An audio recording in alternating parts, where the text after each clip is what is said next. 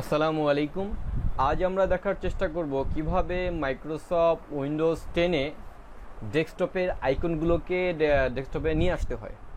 সাধারণত আমরা যখন নতুন করে কম্পিউটারে উইন্ডোজ ইনস্টলেশন দিয়ে থাকি তখন computer, network place, recycle bin এসব আইকনগুলো থাকে না, এগুলোকে আনতে হয়।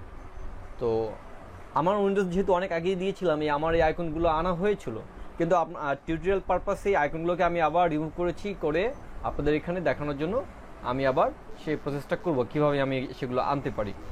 তো যেহেতু আমি উইন্ডোজ 10-এ আছি, 10-এর অপশনটা হচ্ছে আইকনগুলো যেহেতু আমি আনতেও চাচ্ছি, তো প্রথমত আমার কার্সরটা থাকতে হবে ডেস্কটপে।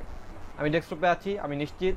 দেন মাউসের রাইট বাটন ক্লিক করব, করে নিচের দিকে দেখুন পার্সোনালাইজ বলে একটা অপশন আছে, এখানে ক্লিক করছি। পার্সোনালাইজে ক্লিক করার পরে আমরা একটু অপেক্ষা করব। হাতের বামে দেখুন থিম বলে একটা অপশন পাবো, থিমে ক্লিক করব।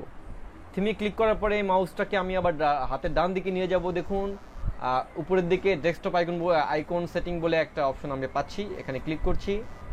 ক্লিক করার পরে যেসব আইকন আমি চাচ্ছি দেখুন সেই সব আইকনের উপরে নামগুলো কিন্তু আছে।